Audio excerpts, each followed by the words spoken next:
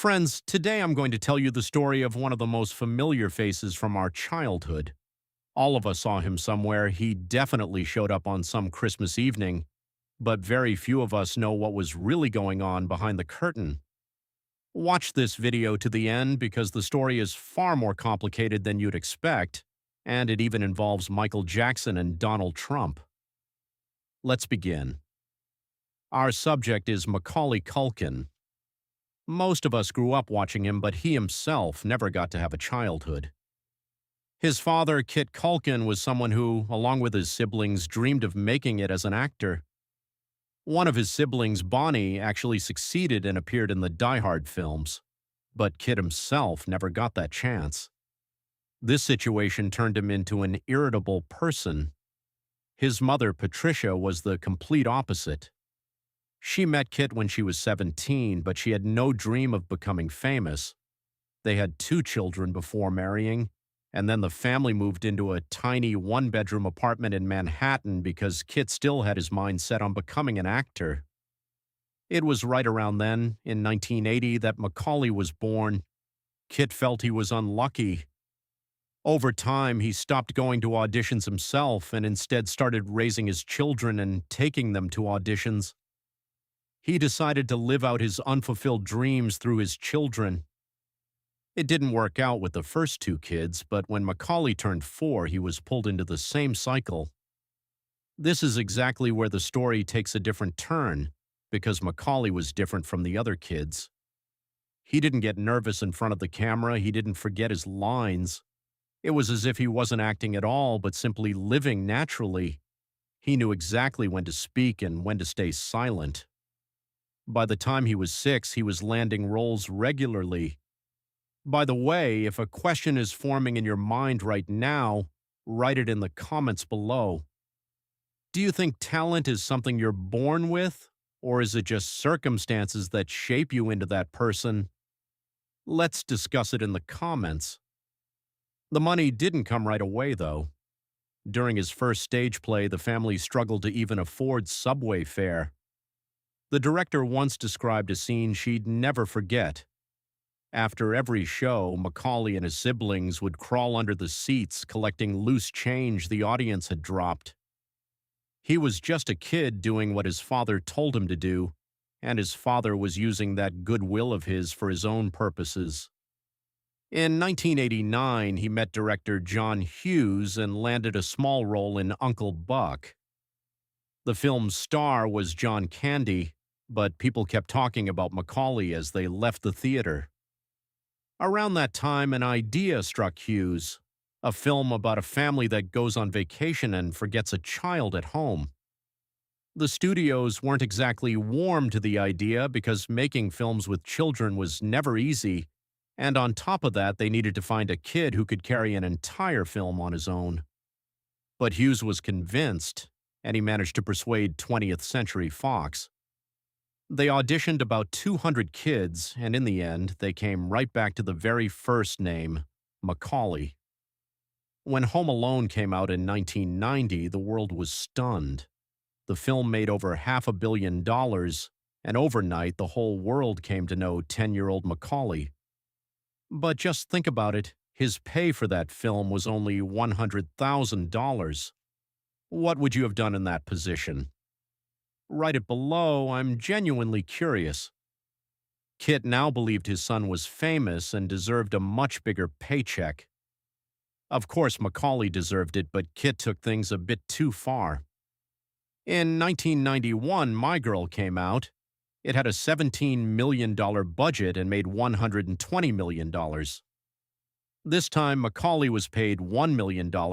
No other child had ever been paid that much for a single film. But Kit's concern wasn't just the money. He wanted his son to become a serious actor, as if he had completely forgotten he was just a child. The most striking example of this happened on Saturday Night Live. Back then, appearing on that show was proof you'd reached the top of Hollywood.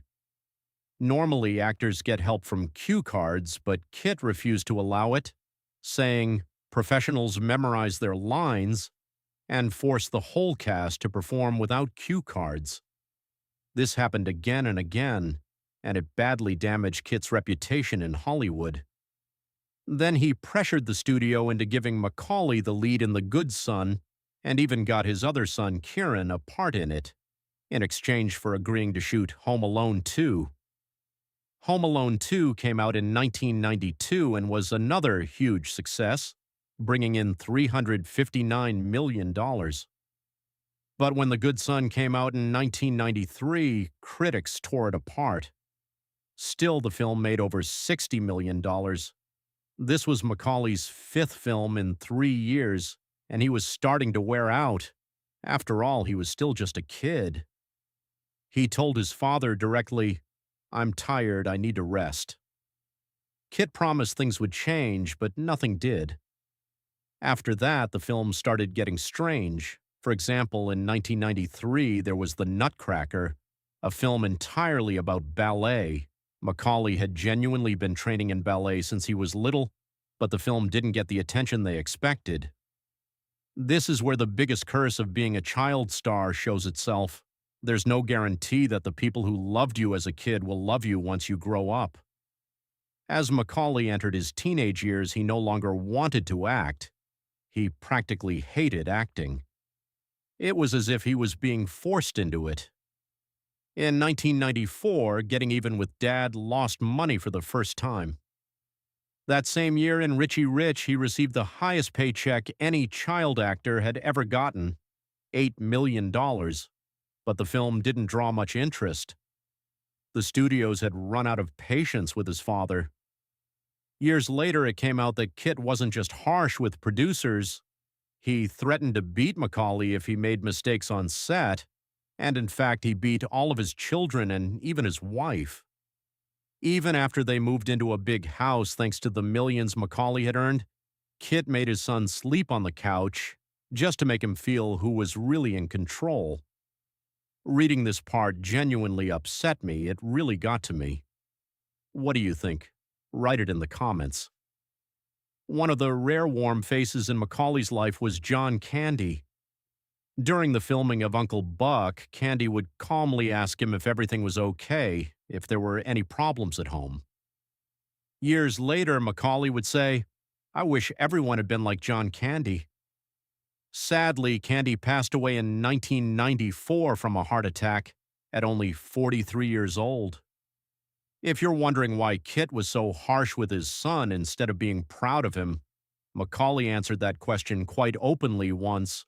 What his father had wanted his whole life and never achieved, he himself had accomplished by the age of 11, and he believed this stirred up jealousy in his father, even resentment toward him. In 1995, his mother Patricia finally decided to leave his father. They had never actually married, but they still spent years fighting it out in court. The case revealed that the real battle wasn't over custody of the children. It was over who would control Macaulay's money. 14-year-old Macaulay didn't even know that the amount in question was somewhere between $15 and $50 million, and on top of that, he was legally barred from touching that money until he turned 18. When he saw his mother struggling to pay rent because of legal fees, he couldn't help her even though he was a millionaire. In the end, he took steps to have both his mother and father removed and have his money managed by independent people instead. After this decision, the children no longer wanted to live with their father and moved in with their mother. They no longer loved him. They didn't even want to see him. Macaulay flatly refused to see or speak to his father at all. After 10 years of working, he finally took a break from acting and enrolled in a school in New York, specifically for kids working in acting and the arts. For the first time in his life, he had friends his own age and started living a life closer to that of a normal teenager. So did his life settle down after that? Unfortunately, no, because the real complicated part is just beginning. He married actress Rachel Miner, whom he met at school in 1998, when they were both just 17. But the marriage didn't last long, officially ending in 2002. It was here that Macaulay realized he didn't know how to build relationships with people because his whole childhood had been spent among adults on film sets. After the divorce, he got together with actress Mila Kunis. Their relationship lasted for years and was fairly calm. But in September 2004, news broke that had everyone talking about Macaulay again. When police pulled over a car his friend was speeding in, they found illegal substances and unprescribed medication on Macaulay, who happened to be a passenger. In the end, he only paid a $540 fine, but the media blew the incident so far out of proportion that headlines like "The Fall of the Home Alone Star" were everywhere. This is exactly where things get really interesting. Because shortly before his arrest, news had come out that Macaulay was going to testify in court to defend his close friend Michael Jackson. Was he perhaps targeted to damage his credibility in front of the jury? In a 2018 podcast, Macaulay talked about how he first met Michael Jackson. In 1988, while he was performing ballet on stage, Jackson came backstage and introduced himself. Macaulay was only 8 years old at the time. Even more interesting, Donald Trump was there with Jackson. Yes, the two of them were close friends back then, and there are plenty of photos of them together from 30 years before Trump ever entered politics. Jackson had even lived in Trump Tower for a while, and Trump had publicly defended him. This piece of information raised a question in my mind. Is this just a coincidence, or was Jackson genuinely close friends with some of the most powerful names in the U.S.? Let me know what you think in the comments. Macaulay and Jackson's friendship continued. Both of them shared the experience of fame at a young age, an abusive father figure, and a deep sense of loneliness. Over time, Macaulay began visiting Neverland Ranch frequently.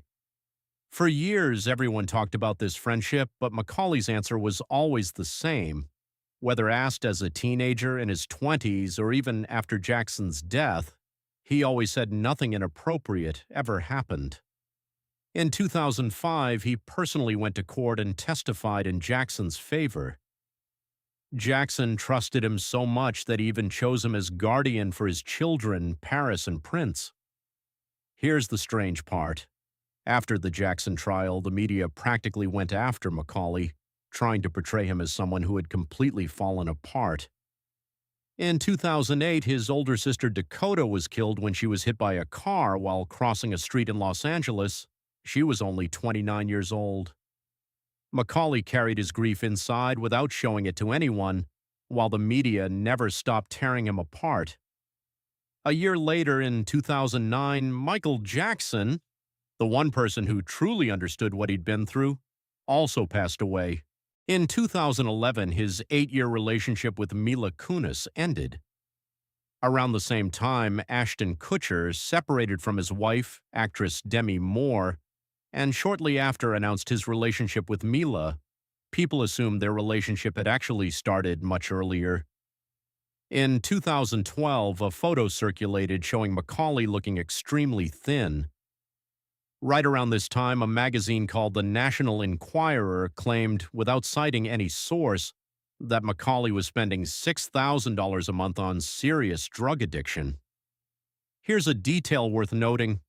The head of that magazine, David Pecker, admitted in 2024, during Trump's trial, to something called catch and kill, buying up stories that could hurt Trump in order to bury them, while inflating and publishing stories about people opposed to him. Is it a coincidence, or was that story about Macaulay part of the same system? Hard to say for sure, but isn't it something to think about? In a 2016 interview with The Guardian, Macaulay explained everything.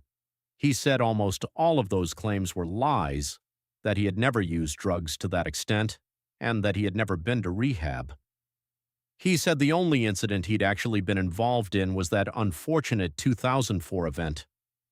In 2017, while filming in Thailand, he met actress Brenda Song, and everything changed. Brenda had also started acting at a young age, but her family never treated her like a family project. She became one of Disney's biggest stars with The Sweet Life of Zack and Cody, and then spent years trying to shake off that image, much like Macaulay remained stuck in the shadow of his character Kevin. The two child stars understood each other extremely well. In December 2022, their second child, Carson, was born. Both of them make a point of raising their kids away from the cameras, giving them the calm childhood that they themselves wished for but never got to have. His father, Kit, is still alive, now 81 years old, but none of his children or grandchildren have spoken to him in 30 years.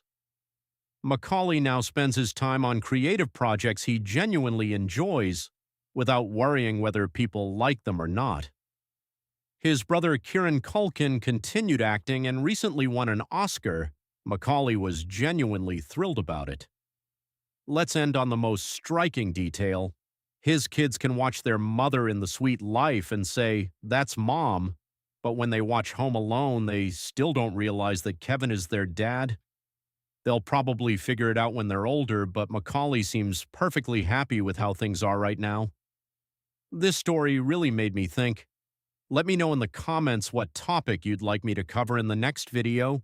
Don't forget to like the video and subscribe to the channel so you don't miss stories like this one. See you in the next video.